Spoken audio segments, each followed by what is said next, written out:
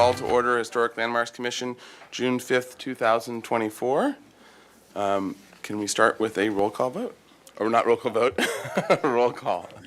Thank you, Chair Grumbine. I'll take roll call. Chair Grumbine. Present? Vice Chair House is going to his mic. Present. Commissioner Butler. Here. Commissioner Dordan. Here. Commissioner Drury. Here. Commissioner Ensberg. Here. Commissioner Lindvik. Present. Commissioner McClure. Here. Commissioner Uli. Present. We have a quorum. Thank you. All right, thank you. All right, Just great, thank you. we'll now go to item A, public comment. Any member of the public can address the commission for up to 2 minutes on any subject within our jurisdiction that is not scheduled on this agenda for a public discussion. Thank you, Chair Grumbine. At this time, I do have 5 speaker slips, so we'll go ahead and start with Sherry Ray. If you want to make your way up to the podium, you'll have 2 minutes to speak.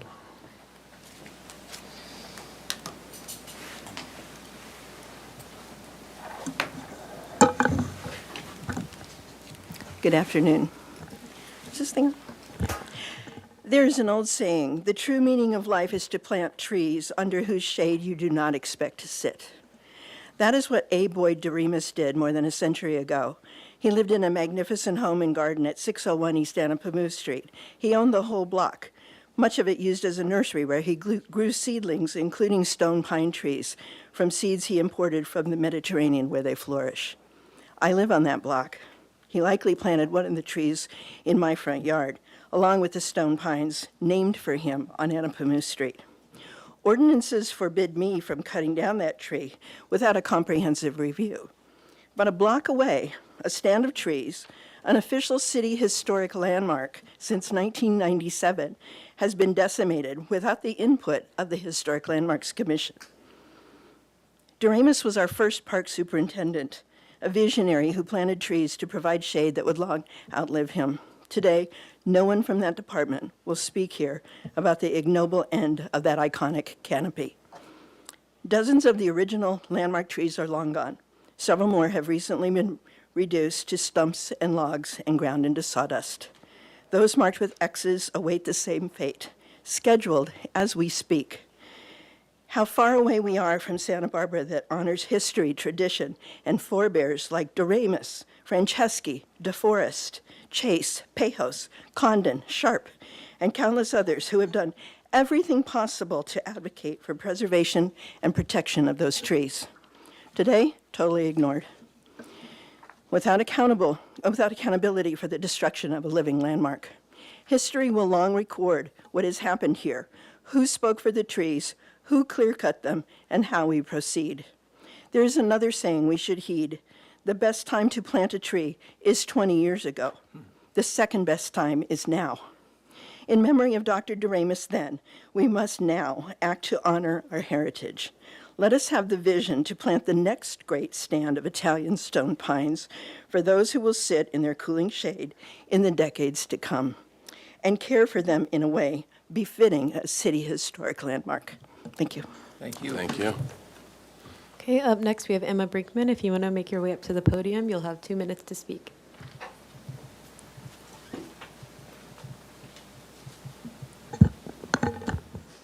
Good afternoon, Commissioners. I'm Emma Brinkman, and yes, I'm back again. After multiple requests, the urban forester shared the pathology report with me.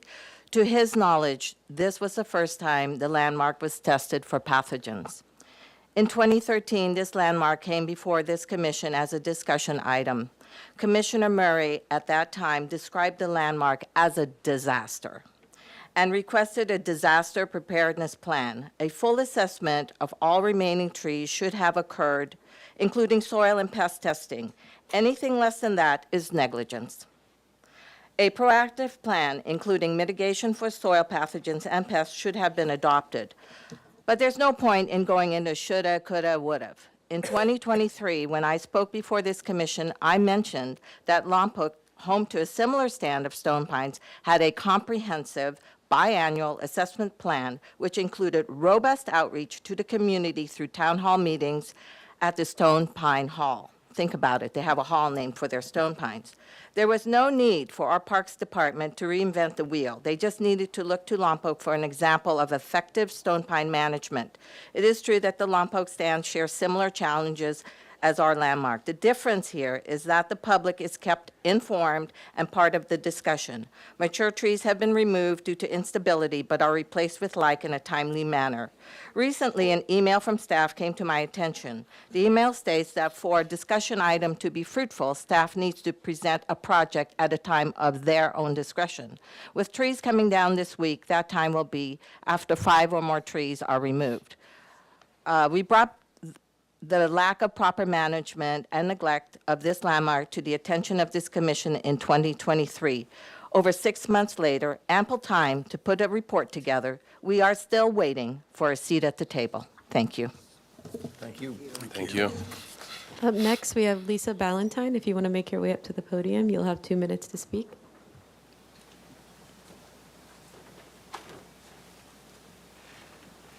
Good afternoon, Commissioners. I am a resident of 32 and a half years. I am a resident of Santa Barbara for 32 and a half years. Is the light on? There we go. I also have a Master's of Science in Forestry from Humboldt State University. And as I say, we've been living on East Anapamu for the last 32 and a half years. And we have enjoyed the stone pines very much. We have nurtured the stone pine in front of our home during the drought. It was the only stone pine that did not need an irrigate because we ensured it received adequate water. On May 21st, a letter was sent to the residents informing that some trees on the 300 block of East Anapamu would be removed. I did not receive this communication until after the Labor Day. So based on this first written communication, the public has had no opportunity to provide any input into this proposal to remove these street trees.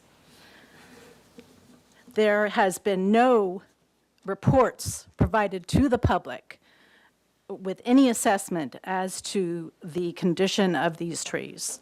I've gone to the website and found nothing, although some publications in the news have said assessment reports were completed. So this is a photo of the tree marked with an X that's going to be destroyed tomorrow.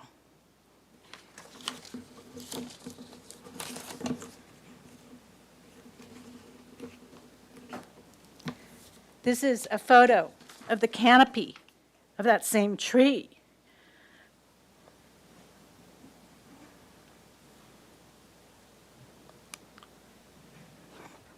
I'd like to know what the assessment, the health assessment of this tree is before they destroy it.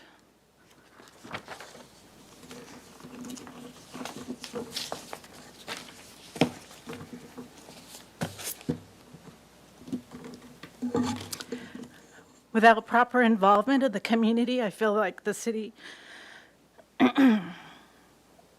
is taking misguided actions and is basically treating their residents who have cared for landmarks in this city with no respect. Please do anything you can to delay this procedure for removal of these trees, especially during the next few months when we're going to experience extreme summer heat. Thank you. Thank you. Thank you. Okay, up next we have Richard Clausen. If you want to make your way up to the podium, you'll have 2 minutes to speak. Thank you. I've got a handout, gift for each of you.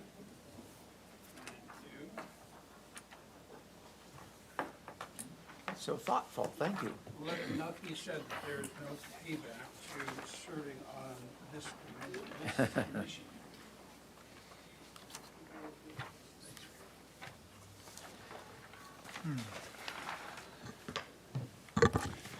Well, another 5 trees are coming down, and it's clear that the Department of Parks and Rec is focusing on botanical issues. That leaves it to the Historic Landmarks Commission and we other citizen preservationists to protect the landmark Doramus pines. The handout gives tips for documenting historic resources before they disappear. It's written from the perspective of built structures, but the principles apply even to living landmarks. I would be extremely surprised if the Department of Parks and Rec gave any consideration other than botany to the treatment of these trees, and I urge you to modify this handout document to apply to living landmarks. Every bit of evidence suggests the Department of Park and Rec will continue to cut down trees. You have another living landmark now, the State Street Parkway, to protect. Please investigate more actions that you can take to protect city landmarks beyond just structures. Thank you. Thank you. Up next, we have Betsy Kramer. If you want to make your way up to the podium, you'll have 2 minutes to speak.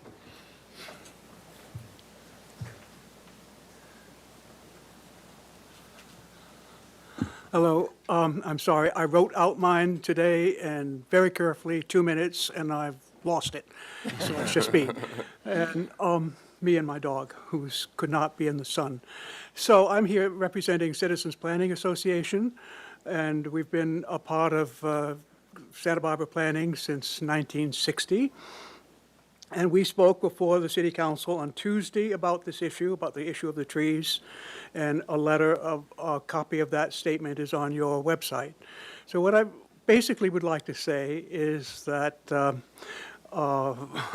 we think that you should establish your own subcommittee or work-study group, as the city prefers to call them now, devoted to landmark trees especially, but also generally the urban forest, whatever is in your jurisdiction. And this is something that you can do. This is something that when I was on the Harbor Commission, we did. We understood there was a great issue about cruise ships. And so we presented to the Harbor, two of us presented to the Harbor Commission the idea that there should be a subcommittee. Harbor Commission voted unanimously to have that subcommittee to look into the question.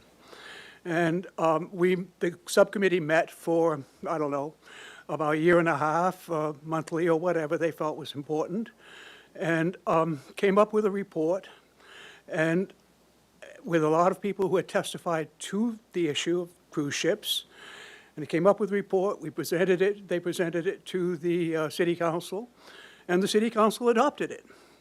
Now, this is something that you could do for the landmark trees, and there are more landmark trees than simply the Doramus pines, but they are, of course, important, the few that are left. And so that's basically what I'm speaking about and what I'm urging from Citizens Planning Association. And I'm sorry I don't have what I wrote. Thank you. Thank you. Just sorry, a quick question, was that email, what you were going to read, was that the email that we received? Okay, great. So we do have that as well. Yeah, no, that wasn't what I was going to say, but that was. Oh, I'm looking okay. for here. Okay, gotcha. Oh, thank you. Okay, up next, we have Bonnie Donovan. If you want to make your way up to the podium, you'll have 2 minutes to speak. I don't know if you recall, October, November last year, the city went in on a Friday to remove the $14,000 worth of the tanks that were watering the trees, yet they're claiming it was the drought. I'm going to try to be really, really calm, and it's not directed to you personally. They put you here today because you're history. What would you like my next column title to be? This is where I'm watching my mouth. Blank you and watch us do what we want to do. Those trees can last 200 to 500 years. Nobody's given us anything. It's been written about, everything. They're not just saying this to us, they're saying it to you. You're just a pretty picture up here. All right, thank you. That's all the speaker slips. You can fill it out, yeah, afterwards, yeah. If you can introduce yourself for the I record. was going, don't worry.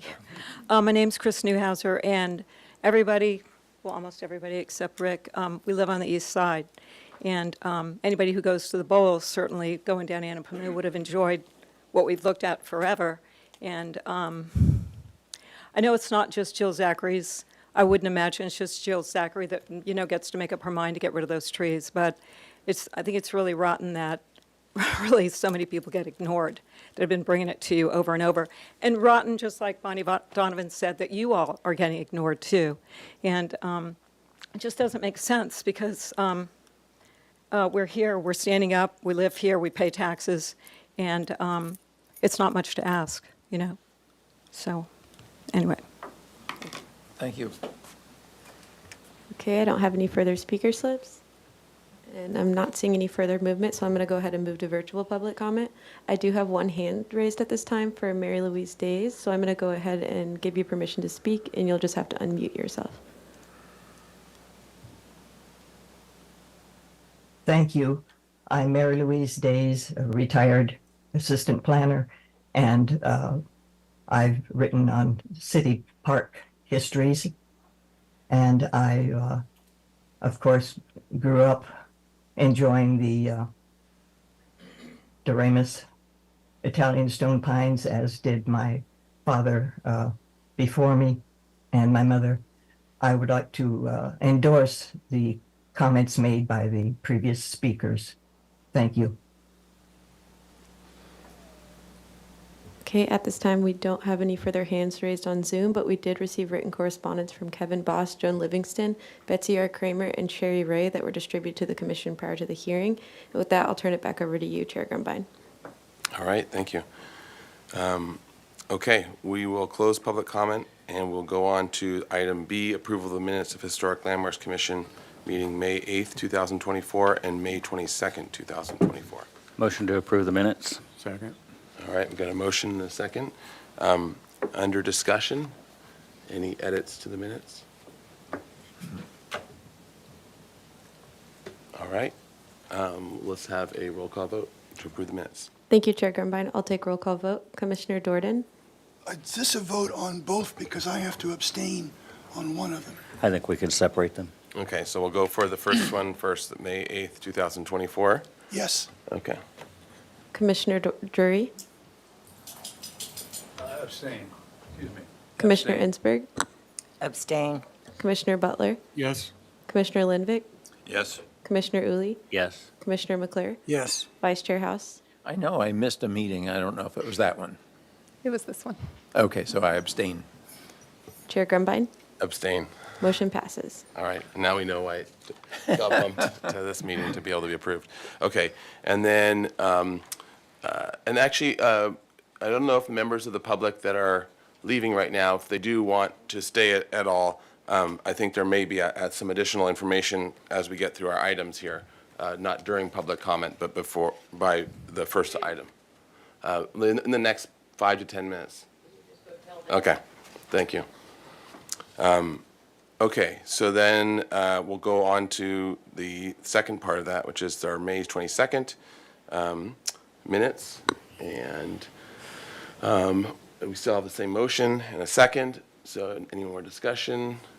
All right, let's have a roll call vote for this. Thank you, Chair Grumbine. I'll take roll call vote. Commissioner Drury, Yes. Commissioner Ensberg, Yes. Commissioner Butler, Yes. Commissioner Lindvik, Yes. Commissioner Uli, Yes. Commissioner McClure, Yes. Commissioner Dordan, Abstain. Vice Chair House. Yes. Chair Grumbine, Aye. motion passes.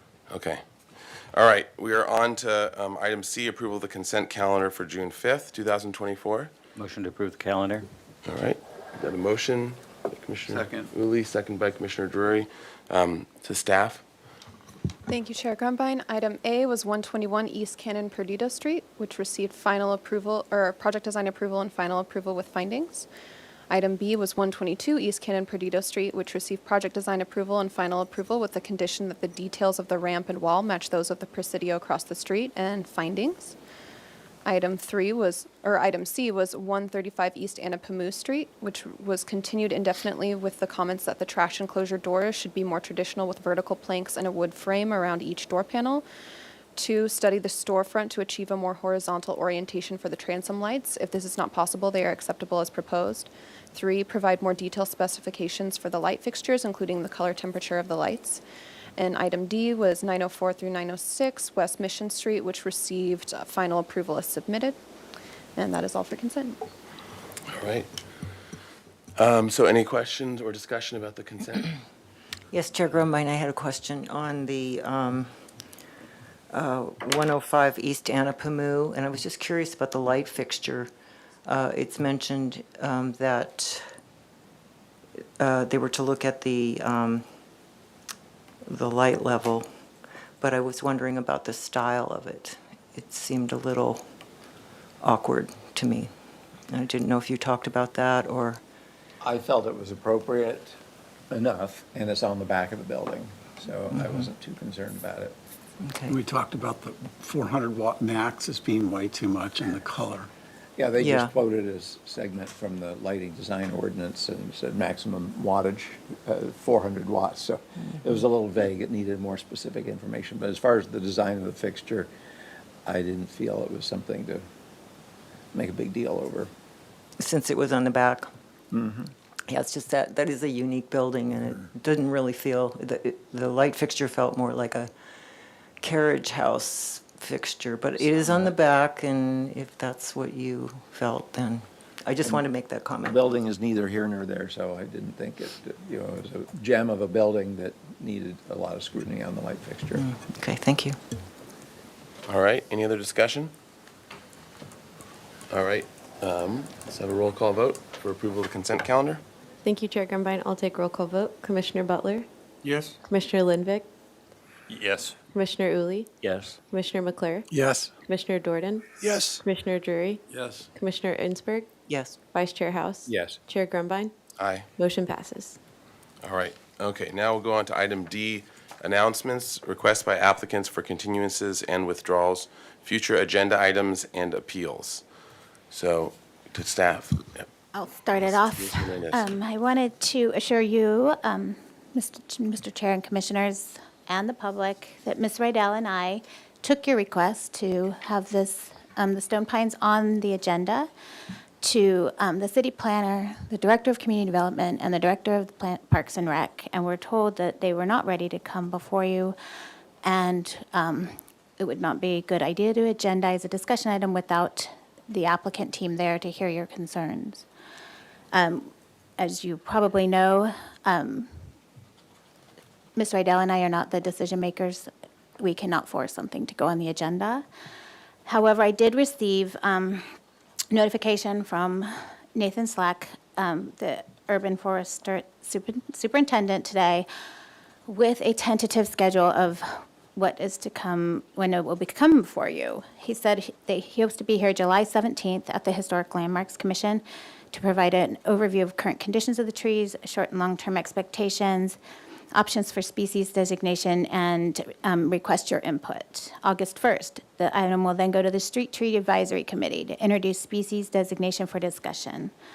August 28th, Parks and Recreation Commission will then hear an overview of the current condition of existing trees, short and long-term expectations for the trees, and discussion of replanting the East Panama corridor, and share discussion items and recommendations from the HLC and the Street Tree Advisory Committee. Then on September 5th, they will go back to the Street Advisory Committee to further review and modify the decisions, and back to Parks and Rec Commission, who makes the final decision as per ordinance to vote on approved designation changes. After the Parks and Rec Commission on August 28th, they can provide a memo to send to HLC with the new modified decisions, and this will allow new trees to be planted in the fall. And I'm just reading their words. And again, I think Ms. Rydell and I feel like we're on your team. We're as frustrated as you are, that we have been, every time you request an agenda item, we send it above us. We don't have the power to make that happen. We can just request it from the people above us. So we encourage you to direct your concerns above. Because we care about them as much as you do. Yes. We really do. The city council that landmarked these trees is not in that loop that Mr. Slack has suggested for So, making the decision. all right, well, we're going to keep it on this side for this portion. Yeah, and just as a note to the public as well, I did reach out to our Kristen Snedden, our liaison for city council end of last week, and I have not seen what happened yesterday, so I've yet to see that. But I do think, and this I think will probably go into, because we can't talk about the specifics of this, but we can talk about talking about it. I do think that, and this, it's good to hear at least a plan that is at least being roughly put in place right now for the steps. I do think that there's warrants, and if the fellow commissioners feel as well, this warrants doing, I like the idea of having a working group because they can meet and they can talk with people and work on things on our behalf without Brown Act violations. So now we won't have to, and then they can report back to us during our subcommittee time, and that's a chance for everything to come back to us, have any other discussion that we want at that point, just for ourselves and for our working group, so they can have direction.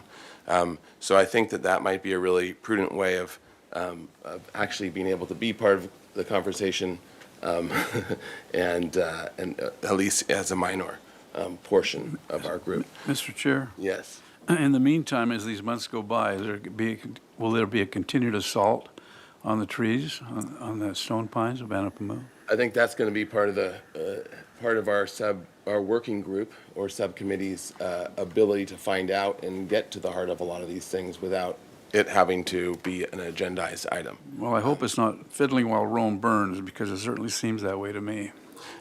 Yeah, so, well, the good thing is that we can do more than what we can do here in these meetings if there's a subcommittee. So to that end, and I think we can get into that for the subcommittee portion, but I would then ask if we can have some volunteers for that, and obviously Commissioner McClure would be at the top of that list. I'll volunteer for that.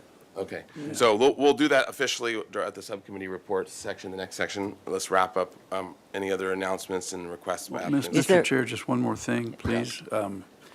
Is there a way to at least encourage a moratorium on the continued destruction of these trees in the meantime? Because months go by, and that's what I'm worried about. Yeah, so I think that as we stay away from having a discussion on it, I think that just to the public and to as much, and we can send this as well to City Council again, and I can reach out as well directly today. But I think that it is very clear from all the Historic Landmarks Commission, these are landmarks, and we are really wanting to be having this be both discussed and guided by Historic Landmarks Commission as part of the process, in which I think there's been a lot of frustration because we haven't been able to we can't even talk about it.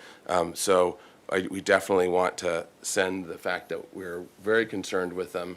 They might be that these trees have a very good reason why they need to be taken down, and that might be the conclusion, but the fact that we haven't even had a conversation about it or being able to have a conversation about it is extremely disheartening from our point of view and what our job really is. So what we've been chartered to do, to be at least a part of the conversation. So I definitely think that we need to continue to push, and it's at City Council level that we need to do it, I think, because we don't actually have control over our agenda, as we got clarity from our city attorney for HLC. So it's extremely frustrating, and thank you to all the members of the public who are pushing and fighting this, because it's a very important thing, and yeah, thank you for doing your part for it. So, Mr. Chair? Yes. Just a question. I was taking notes as you were reading the dates off, Nicole. Did you say on July 17th they are scheduled to come onto so the first time they will appear as an agenda item would be on July 17th? A holiday.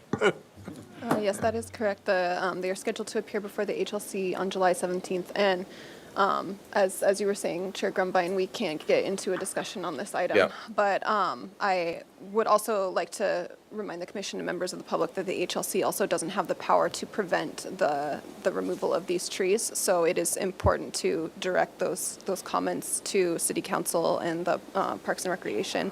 Those are the people who have that power. And staff is doing the best that we can to get HLC involved in this conversation. We will continue to do so. Thank you. All right. Thank you, Chair. Yes, Commissioner. Oh. Yes, this is not a discussion. I am as frustrated as everyone else. There are a lot of discussions going on about these trees, and none of them include us. That's all I'm going to say. Commissioner Lennick? My only comment to the public is that obviously we have no power. You've got to go to city council. You've got to appear before city council, in mass at every meeting. Coming here is not going to do any good. Matter of fact, putting a special study group together in which the Public Works Department or Parks Department or whatever refuses to attend is not going to do us any good. Well, that working group can meet with them on their own. If they choose to meet with us. Yeah, that's right, but at least they can meet on their own, and we can't, because as a Brown Act violation, we can't, as a group, have outside other things, so, unless it's an agendized thing for the public, so, and we can't even get that right now, so, okay, let's wrap up on this. I think we've got a good general plan for any other, before we close item D, any other announcements? Yes. Yes. Yes, Staff Chair has a Grumman. couple of Okay. announcements as well. I You go believe, first. All right. Ms. Hernandez has an announcement on the proper procedure for how to make complaints, and then I have a couple of announcements as well. I just want to make you all aware, our enforcement team has put in a new procedure. You need to make complaints online when you see violations on landmarks or in El Pueblo Viejo. There's a complaint section online. I just Google it and say Historic Landmarks Commission or City of Santa Barbara complaint, and you can go right to it, go in there and link to it and put in your complaint there, and it goes straight to code enforcement, and they'll take care of it. That's the procedure. They no longer take emails from me that ask them to, they have the chain of command. They've asked me to reiterate that, and I know some of you have turned them in directly to me. I know the inspector has already been out to the Arlington to check out that. So they're pretty responsive, but just wanted you to know the new procedure is to go online. That's the only way they take them anymore. They don't take them by phone, they don't take them at the counter, they don't take emails, just that complaint. Okay. So just for clarification, you're speaking specifically of the Santa Barbara Connect app? Yep, that the Santa Barbara You need to put on Connect. your phone Yeah. and submit complaints that way? Yeah. And they've been really responsive, I think. So. Thank you. And just as a maybe tackle on for that announcement, if you do submit a complaint for something that comes before the board, you will have to recuse yourself from that item, but you can also submit anonymous complaints. So, and then my announcements are the Historic Landmarks Commission meeting scheduled, or the next one scheduled is on June 19th, and that one is the day of Juneteenth, so that meeting is canceled, as is the meeting on July 3rd because of the 4th of July holiday. So we are scheduling, as you all know, a special meeting on June 26th. So that will be the next Historic Landmarks Commission meeting. And then my last announcement is that the Pearl Chase Society is hosting an event on Friday, June 7th at 5:30 p.m. at the Al Hakama Theater on preserving architecture in Santa Barbara and different perspectives on approaching Santa Barbara history. And I believe Commissioner Ensberg is one of the presenters there and can probably elaborate on that. Yes, I had a couple announcements. Well, one actually, thank you for that, and thank you for helping to put that word out there. I will be I am working with Leslie Colas, who was the just had stepped down as chair of the Single Family Design Review Board, and she and I have been working on this presentation, which is about the review boards and the role of preservation. So, and it's free, 5:30, Al Hakama Theater. So, would love to see you all there. What was the date again? I'm sorry. This Friday, the 7th. Yeah. And then also, I would like to request an agenda item for the Paseo over on West Figueroa that we had talked about at our last meeting, but were unable to request that. And perhaps even to talk about Paseos in general and specifically about that one. Okay. Sounds good. All right. How does that work? She's requested it. She's requested it, so now it has to go up the. Somebody with power. Yep, up the chain of command, and then we'll hear back. No. I think typically they're not going to have a discussion item without the applicant here to be present for your comments. And Public Works won't show up? Why would they? Well, I would suggest that the commission ought to be able to discuss matters that don't have an applicant. The concern of Paseos in the city is not an applicant-driven thing. It is a discussion among ourselves in order to have a discussion. There's no applicant. So Exactly. yeah. I mean, we will certainly pitch Yes. it that way.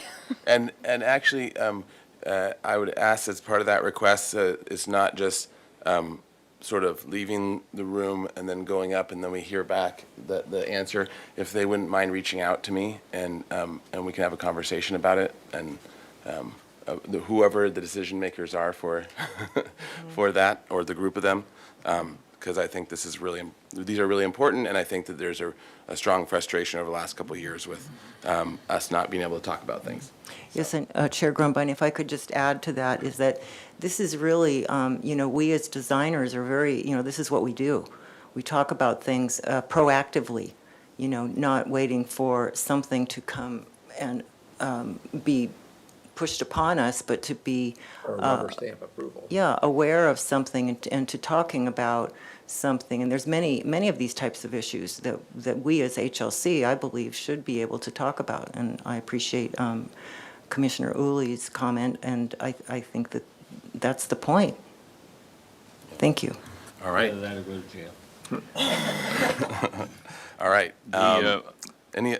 Yeah, State Street Advisory Committee. Yep. We'll be meeting on the 26th, which is our meeting date as well.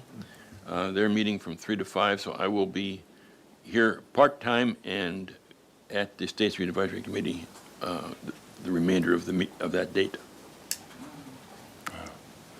Yeah. Okay, and do we know what our agenda is going to be for that? Is that a pretty full agenda?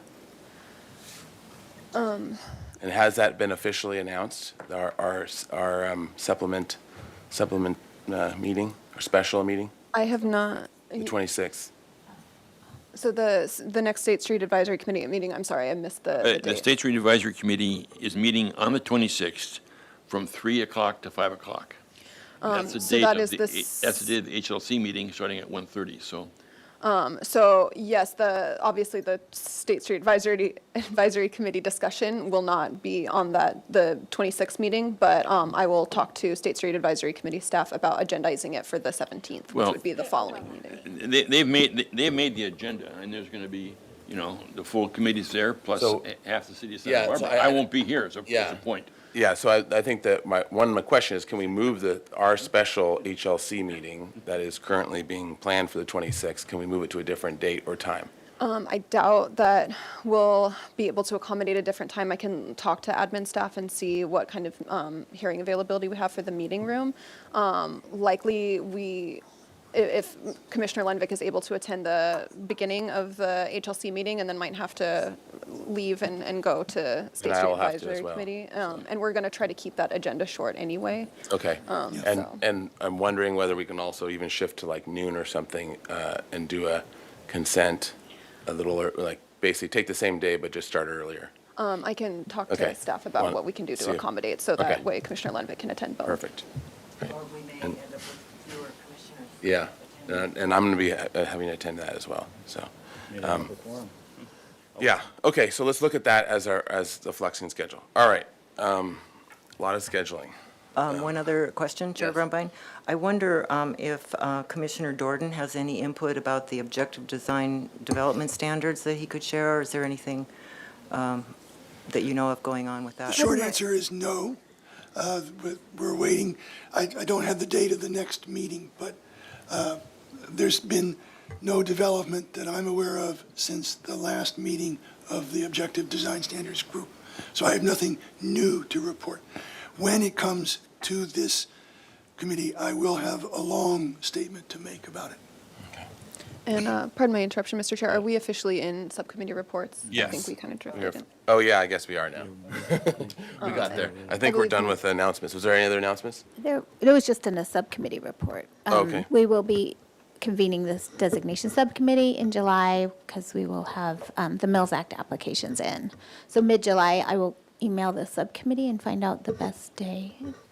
Probably July 15th or 16th, I think, Monday or Tuesday. Okay. All right, thank you. And then, okay, so now on to subcommittee reports. Let's start with the forming of a workshop subcommittee. So what is the best form for that? And what would be workshop versus subcommittee for?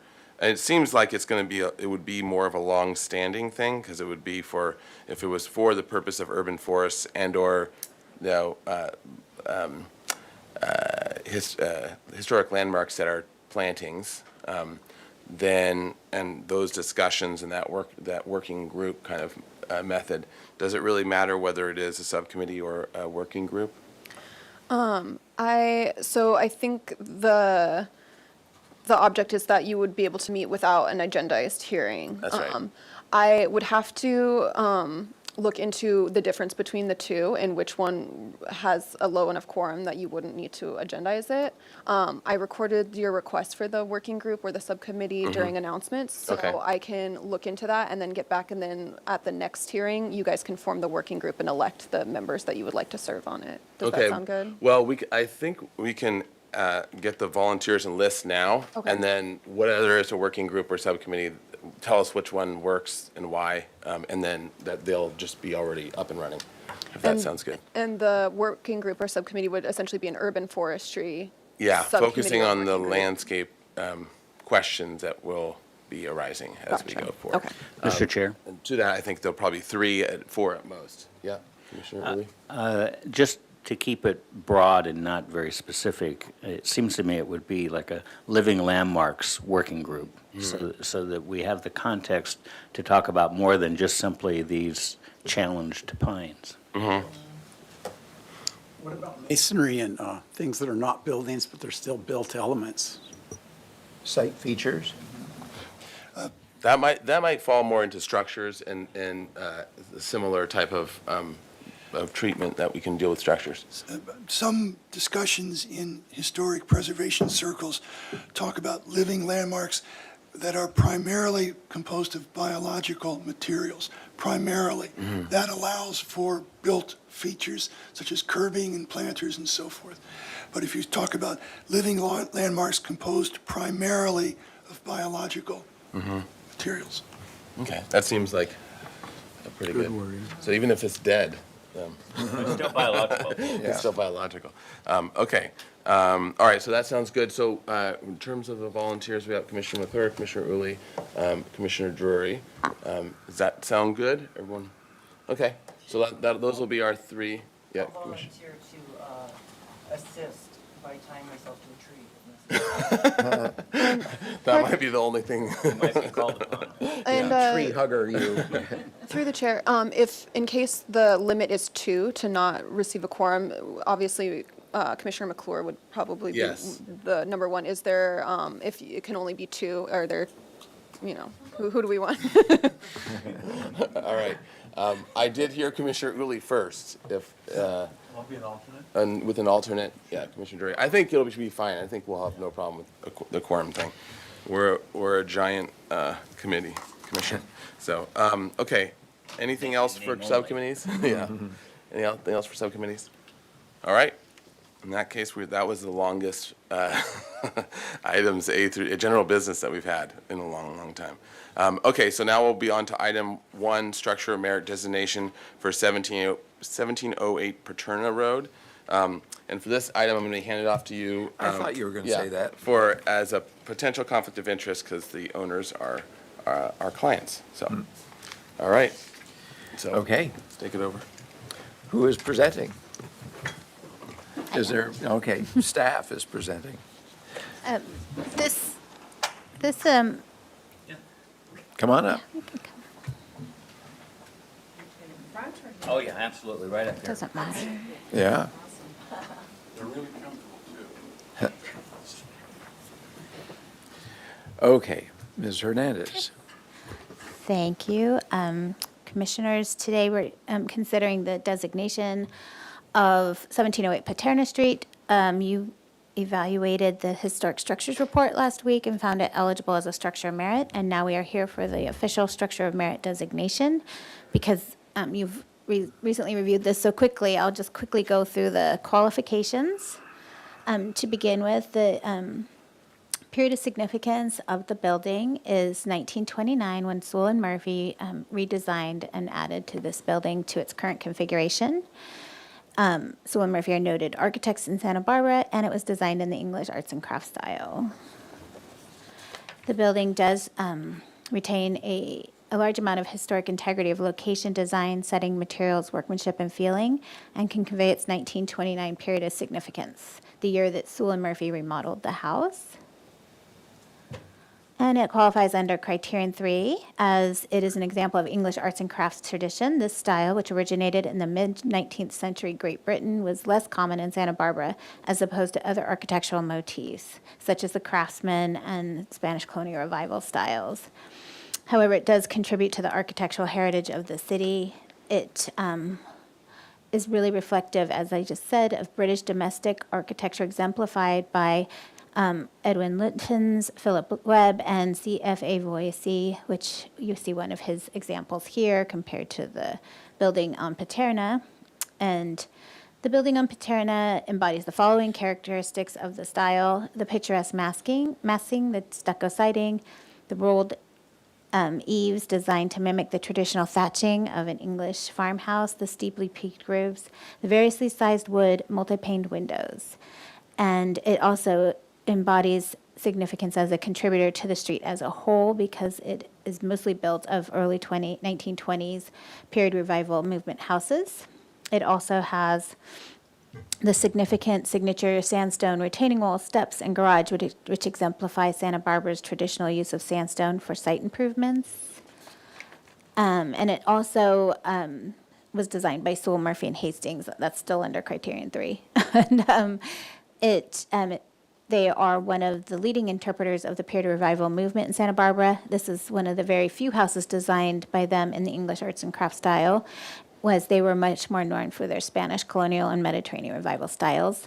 And their firm made great contributions to the architectural history of Santa Barbara and California.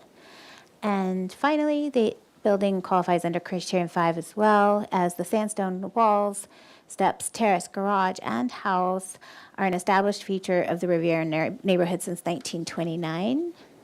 And in conclusion, the house, as designed in 1929 by Sewell and Murphy, qualifies as a structure of merit under Criterion 3 and 5 as a characteristics of the English arts and crafts style in Santa Barbara.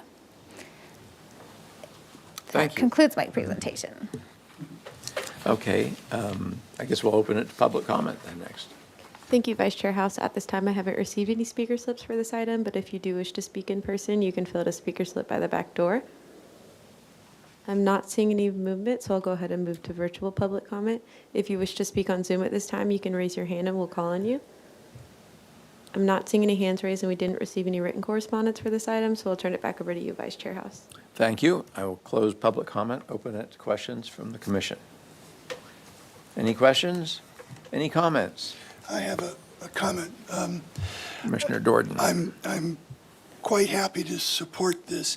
And my comment is that when I have colleagues in the architecture or preservation world who visit Santa Barbara, they arrive here knowing about the mission and knowing about the great monuments of Spanish colonial revival, like the courthouse.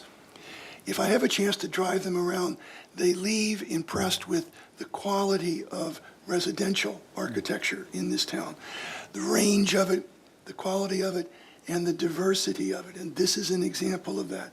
And it's a testimony to the way historic architecture of this quality demonstrates the possibility of diversity within a unified urban setting like Santa Barbara. Exactly. I totally agree with that, and would add, first, it's a lovely property, so thank you for taking care of it. I think it could clearly bump up to a city landmark status and very likely qualify on the National Register, because its integrity, style, and the reputation of its architect are extraordinary. So I'm happy to support it. Great. Well, if somebody would like to make a motion, that would be, the appropriate motion would be to adopt the resolution. Vice Chair House. Comment. Well, I wanted to just say I'm so grateful to you for this, because this is why we love Santa Barbara, is these types of structures. And so I just want to express gratitude to you for preserving this house, and it's just so important for our city. Thank you. And I guess I could make a motion to approve. Adopt the resolution. Adopt the resolution, and then do I need to, oh, we have to get the second. Second. Okay. Is to adopt Resolution 2024-05. Right, designating the English arts and crafts style residence constructed in 1920 with alterations and addition, designed by noted architects Sewell, Murphy, and Hastings in 1929, a historic structure of merit. Second. Okay, we have a motion and a second. Roll call vote, please. Thank you, Vice Chair House. I'll take roll call vote. Commissioner Uli? Yes. Commissioner Dordan? Yes. Commissioner Drury? Yes. Commissioner Ensberg? Yes. Commissioner Butler? Yes. Commissioner Lindvik? Yes. Commissioner McClure? Yes. Vice Chair House? Yes. Motion passes. And I guess I'm the one to sign this. Anthony can sign it because he's here. He just couldn't be part of the vote. Okay. So I'll call him back in to Okay. sign it. Who's in the hallway? Mr. G. Yeah. Oh, yeah. Sure. Here. I'm Daniel Crocker. This is my wife, Kimberly, and I just want to thank you all for your support and collaboration on this. Nicole's been wonderful to work with. I can't say enough good things. And Post Hazeltine and, of course, Harrison Design have been instrumental in helping us with this, to understand how to preserve and maintain this place. We come from 20 years of U.S. government service as diplomats overseas, primarily in Latin America, and most recently our last posting in Madrid. And so coming to Santa Barbara as a relative newcomer and recognizing the value of this property is really special to us. It allows us to look prospectively and think of ourselves as being rooted in the community. So we do want to preserve it in that spirit. Thank you so much. Thank you. Thank you. All right, and I had to come in for the sign. Kill. Oh, for the second. So, there you go. Thank you very much. Suitable for framing.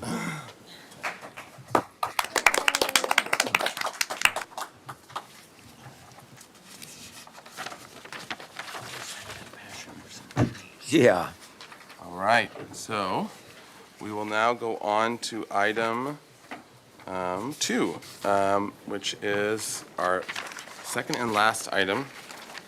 This is for 3237 State Street. This is for project design approval. So this is a structure of merit designed in 1953 by architects Reisner and Urbane. Proposal for conversion of the existing 14,400 square foot building to a new community health clinic on a 2.5 acre site located in the southeast corner of State Street and Las Positas Road. Proposal includes demolition of 900 square feet of building area and construction of a 9,700 square foot two-story addition, 103 parking spaces, solar panel, carports, landscaping, replacement of original windows, and public improvements. The project was designated a community benefit project by the City Council. The HLC accepted the Historic Structures Sites Report, Phase 1, on November 9th, 2022, and Phase 2 accepted on July 11th, 2023. Project received development plan approval by the Planning Commission. Oh, fun.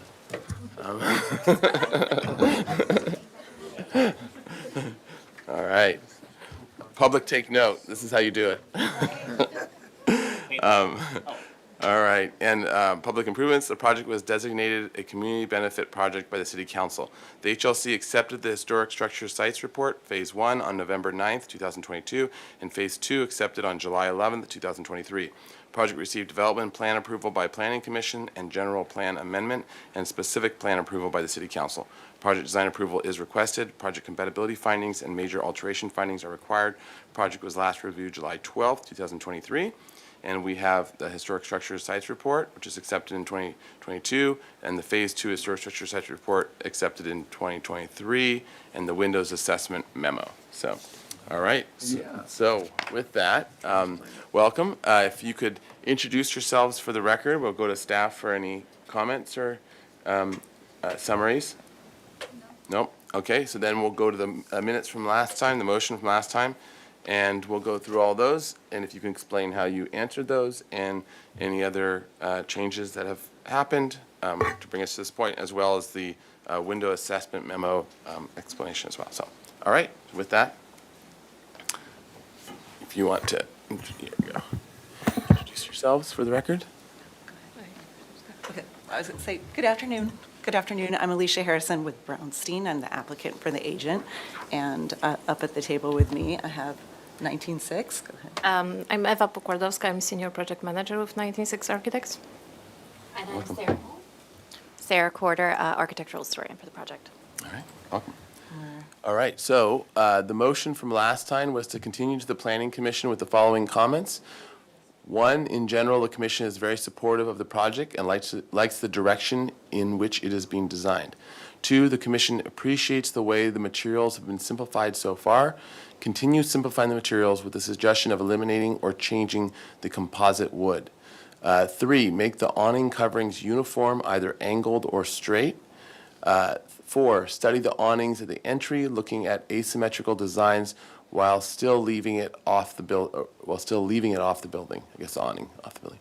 The commission, five, the commission strongly appreciates that the front and size of the lettering on the new signage shall be consistent with the historic sign, and the commission suggests using the existing letters in the new configuration. Six, the commission supports the roof deck. Seven, refine the gate to eliminate the diagonal support and perhaps look at a cable tension design as an alternative. Eight, the commission supports is supportive of the tree removal, including the pepper tree, and requests that a replacement tree be added instead of the pepper tree in that area. Nine, the commission is in favor of the project going to the Planning Commission. 10, the project compatibilities generally have been preliminarily met, and we'll just zip through. And then 11, as required, structure of merit, Santa Barbara Musico, the exterior alterations are being made to restore an historic resource to its original appearance or in order to substantially add to its preservation and enhancement. And the exterior alterations are consistent with the Secretary of Interior standards. And the motion was by Uli, the second was by Drury, was 9-0-0, the motion carried. All right, so with that, why don't you walk us through and making sure to point out how you answered those. Yes, thank you, Chair and Commissioners. We were just going to do a quick intro of when we were here last and where we've been since then. So the next slide is just, you touched on all of these things in the opening, but we were last here in July 2023 when your commission unanimously agreed to forward this project to the Planning Commission, and as was reported in the minutes, had positive comments, a few things for us to study, as well as generally was very much supportive of the project and the design that had been presented to date. We then returned to your commission in October 2023, seeking a designation for the structure of merit, which your commission reviewed and approved, and then went on to Planning Commission and City Council at the end of last year. And the project was approved, which brings us back to your board for seeking project design approval. So the next site is just to reorient you with this 3237 State Street, the former Armory building located on Las Positas and State Street, prominent site in the uptown State Street area. And so I will hand it over to Eva to do the design presentation and respond to your comments. So I will just run quickly over the changes, and I will point out what we have changed based on your previous comments. So just to follow up on or remind you of the location that Alicia just mentioned, this is the existing buildings. We are proposing to add new addition on the east side of the building. We are proposing a new parking lot with the drop-off areas with the solar canopies. We are proposing to locate new outdoor waiting areas with the trellis, wellness garden. We are proposing the Chumash ethnical garden on the west side of the building. Enclosure for the generator, enclosure for the outdoor patio for the staff, as well as the new circulation on the site. We are also proposing to maintain the site secure with the fencing. We will be replacing the fencing along the State Street and Las Positas for more elegant metal fence design with the cantilevered sliding gates. And I will review the fencing detail later in the presentation. So this is the exterior elevations, proposed exterior elevations in the comparison with the existing elevations. This is the elevation from the north, State Street elevations. Basically, what we are proposing here, what you haven't seen before, is the color scheme. We are proposing to use the approved colors from the Pueblo Viejo design standards. And to accentuate the colors or the mid-century modern architecture of that existing building, we are proposing to use the stronger accent colors on the existing doors from the main, which will remain the main entry to the existing building and the medical wing. You can also see that we have simplified the finishes and the color palette on the building. And I will walk you through the finishes later on.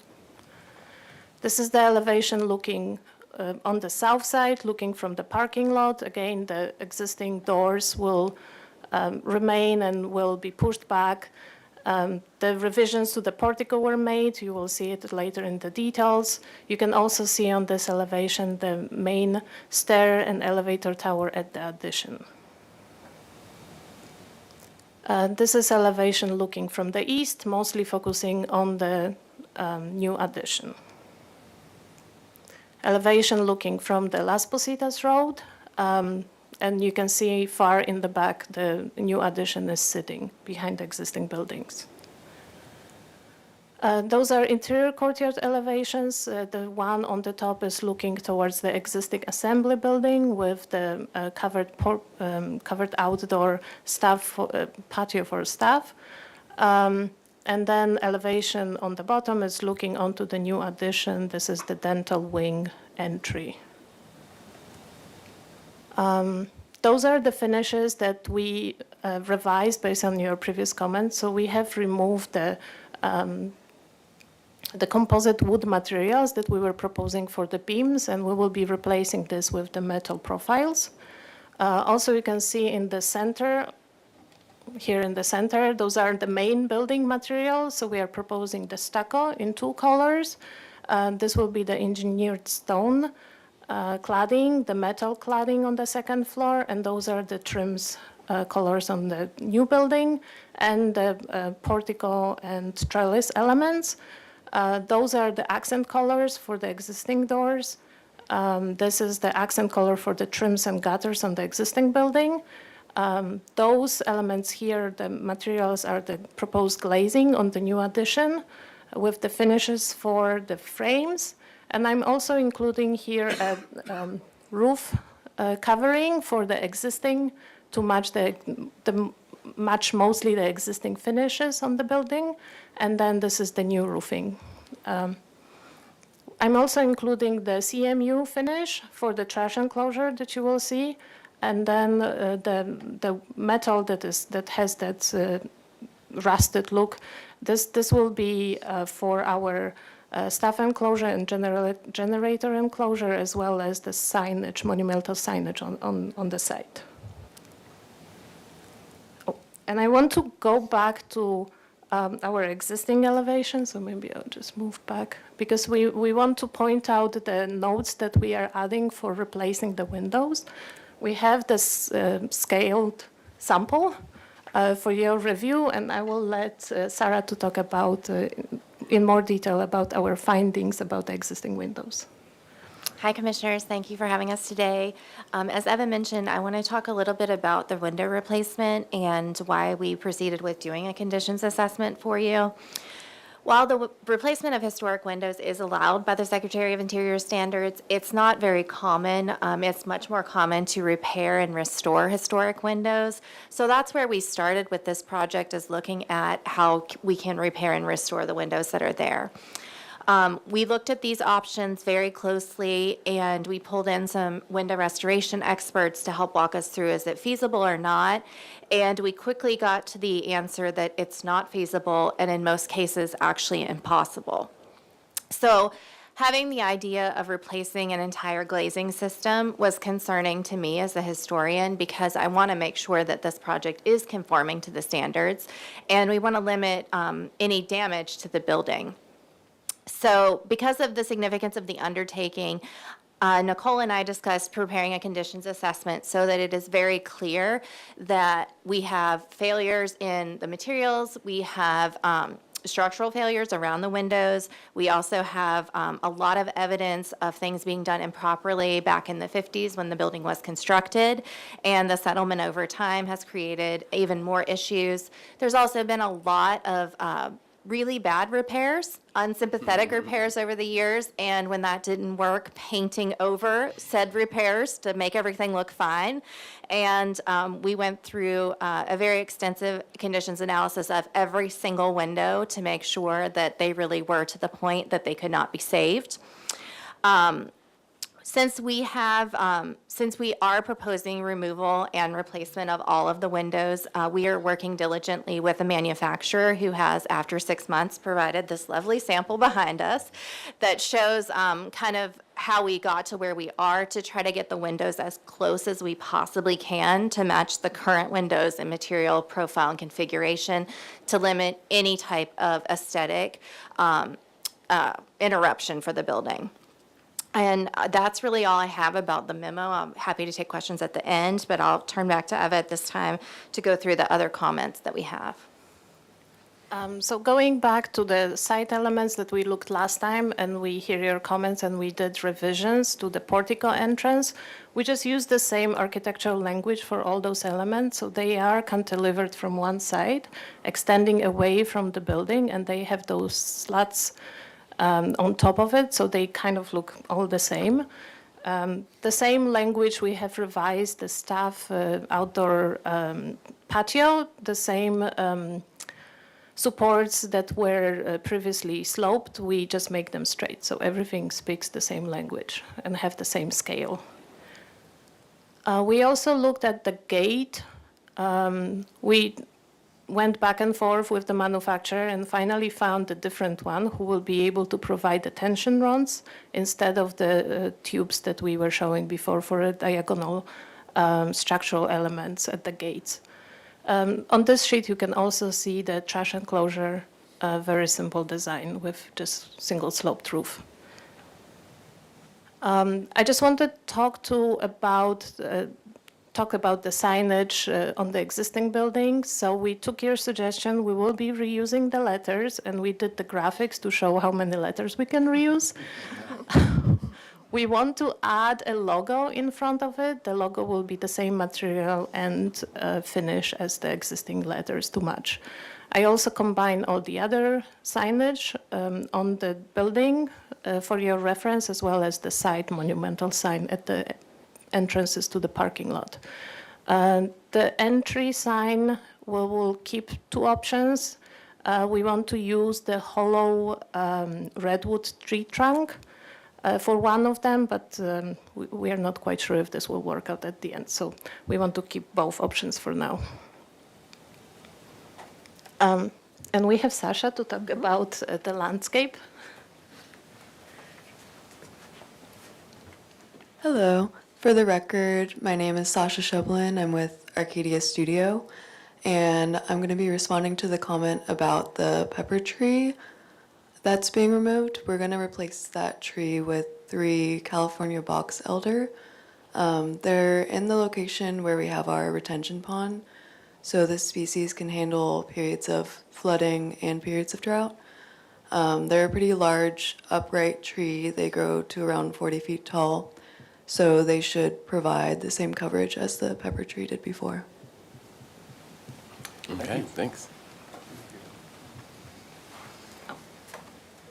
And on those last slides, you can see the new addition is looking from the State Street towards the building elevations. And I also brought the 3D model for you, just to be able to feel the scale and site organization. So everything that is printed in white, this is a proposed elements, and then... If City TV can turn the camera on. come see this great model. And then everything that is a pinkish salmon color, this is existing structure. So this is all existing, right? And this is the new. Yes, this is the new. And this is existing. Yes, and the gray is those solar carports at the parking. Great. So wonderful model. Very clear. All right. 3D printing or? Yes. That's great. Okay. Does that complete your presentation? Yes, thank you. Okay, great, thank you. I like the thank you screen. All right. So we'll now go to public comment on this item. Anyone in the room wishing to comment on this can come forward. Not seeing anyone.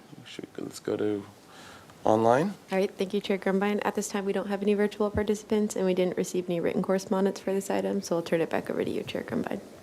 All right, so to the commission for questions also about the memo, if you have any questions about the window assessment memo and/or the project. Mr. Chair?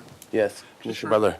Regarding the windows, just for clarification, so you're going to replace every window in the entire existing and then use them also in the new structure, correct? And this is the material that you're proposing to do that with, right? This is the material that will be replacing the historic windows. The new windows will be just a little bit different to comply with the standards so that they are actually distinguishable from the old. So this is just showing this is exactly what it looked like before, and then the new windows will be just slightly different to comply with the standards. And is this reflective of the color of the windows? What is the? No. You're it going to does go not. with the blue, what color? We have that dark, kind of bronzy color. Thank you. So it'd be a bronze color, you said? Yes. Okay. Mr. Chair, Yes, Commissioner Jordan. thank you for the presentation. The historic windows that are coming out, are they steel or aluminum? They're steel. The new windows that are going in, are they steel or aluminum? They're steel. They're steel? Okay. Yes. And the profiles are slightly altered so that to distinguish new from old? So the way that we are doing them is because we're replacing everything to be consistent, we have gotten the manufacturer who makes steel windows exactly the same way they made steel windows in the 50s. The difference, the distinguishing difference is going to be the thickness of the glass because we need to meet the current energy standards. So the thickness of the glass is what's actually distinguishing them, not the profile. Thank you. Okay. A question regarding, you're not using dark colored glass, are you? No. No. The glass, I notice in some of the windows that there is wire glass reinforced or whatever. Are you having that in the new project? No. No. Okay. I have another question if I might. Yes. Are you replacing all of the roofing material? Correct. You are? Yes. And your materials board shows existing white material, and you're replacing it with white, is that right? So existing is light gray, and we are trying to match the color of that light gray. So it's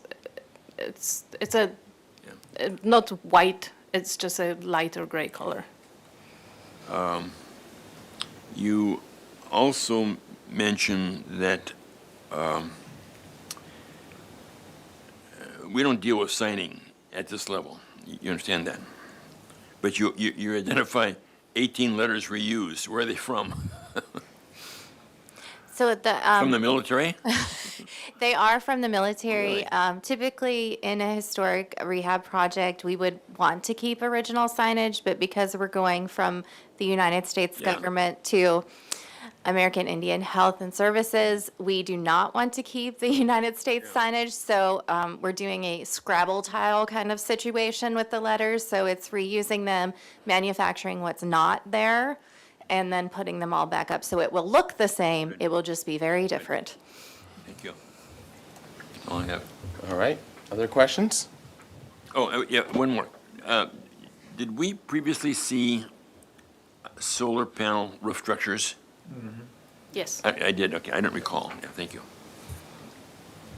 And do we have solar, what happened to them? I can't remember. Oh, there they're are. Oh, there, sorry, there, they're yeah. the white. Okay, got Oh, it. in the white. And the parking lot, yes. Yeah, it's a gray. So will the panels be tilted on top Yes. of here?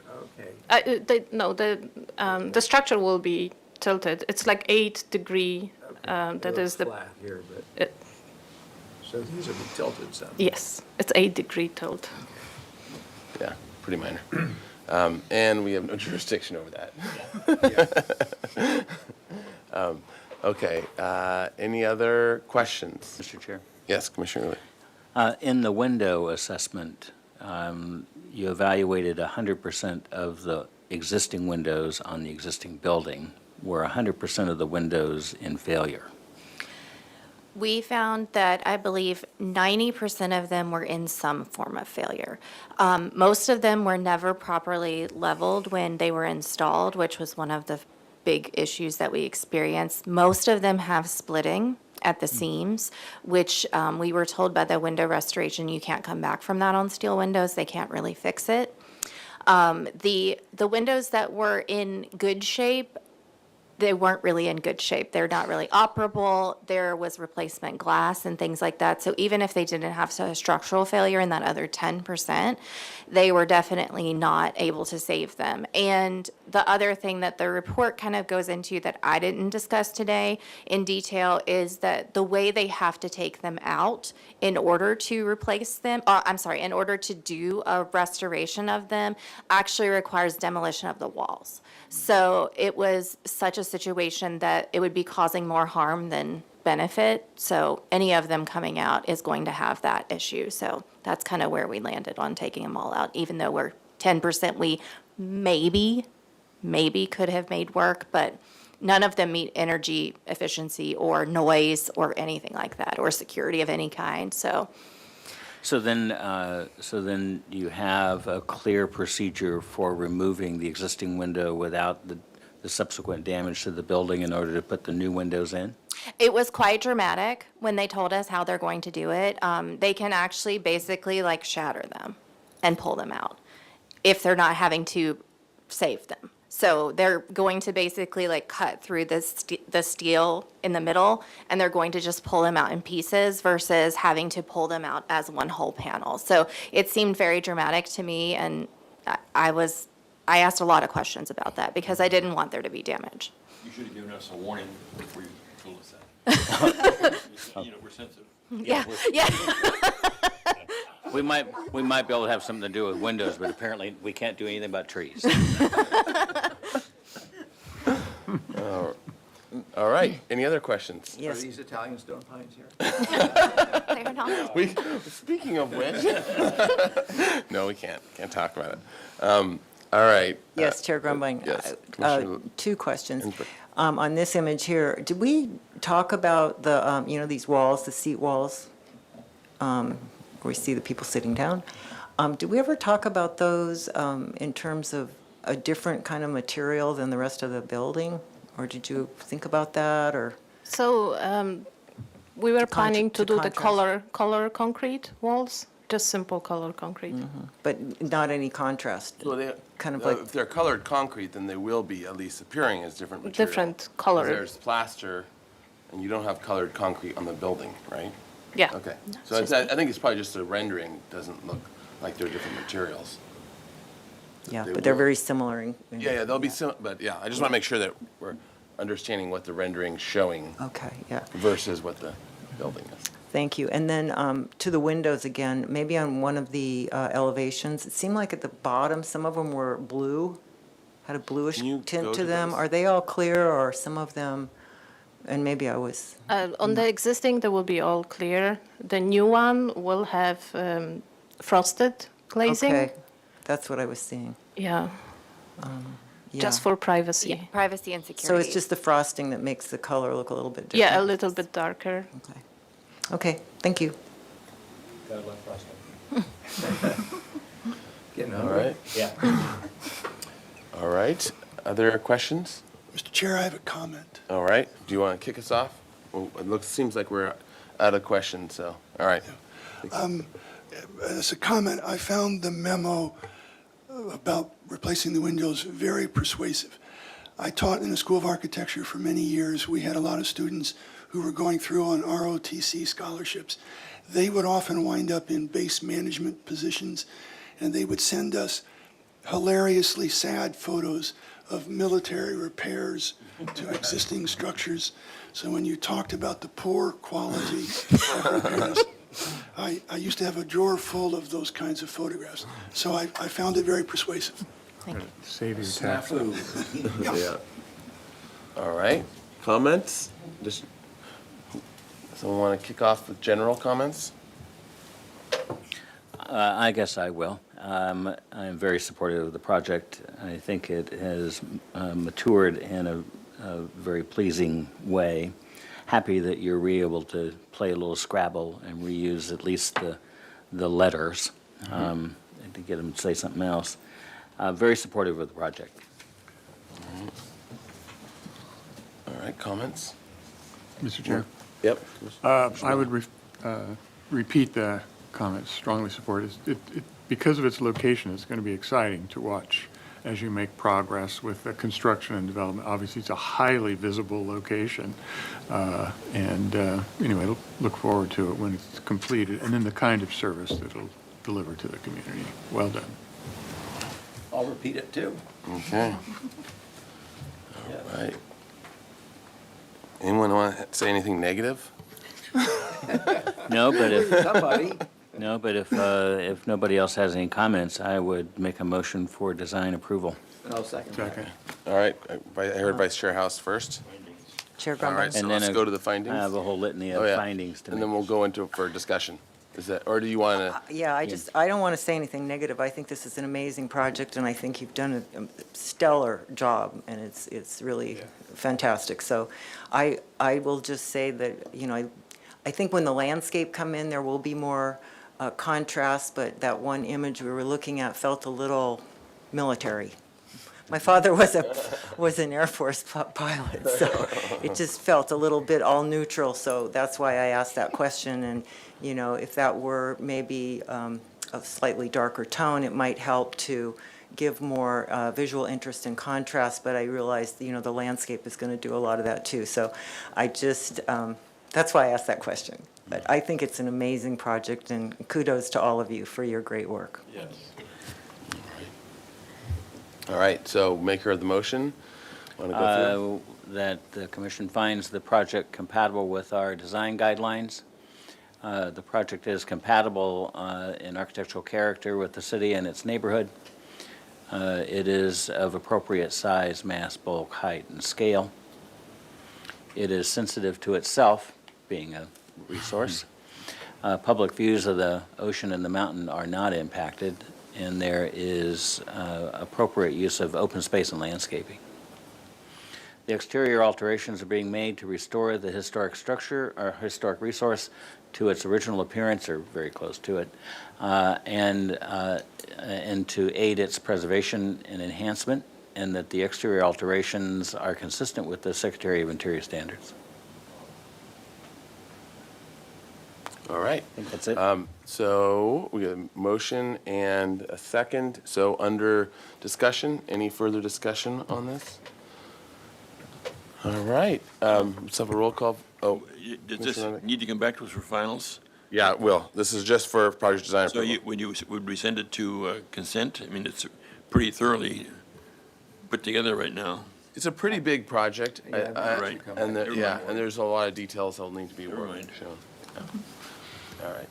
Although I'm comfortable sending it to consent, I would as too. two commissioners on this side of the table, but nonetheless. But as the consent representative, I would rather it come to full. All right? It'll save an extra There you- round There you have it. of being pushed back up. Okay, so we got to make motion and a second. Under discussion, any further discussion? All right, roll call vote, please. Thank you, Chair Grumbine. I'll take roll call vote. Commissioner Dordan, Yes. Commissioner Drury, Yes. Commissioner Ensberg, Yes. Commissioner Butler, Yes. Commissioner Lindvik, Yes. Commissioner McClure, Yes. Commissioner Uli, Yes. Vice Chair House, Yes. Chair Grumbine. Aye. Motion passes. All right, thank you. And this is appealable to city council within 10 days. Hold on, and adjourned. I want to take a picture.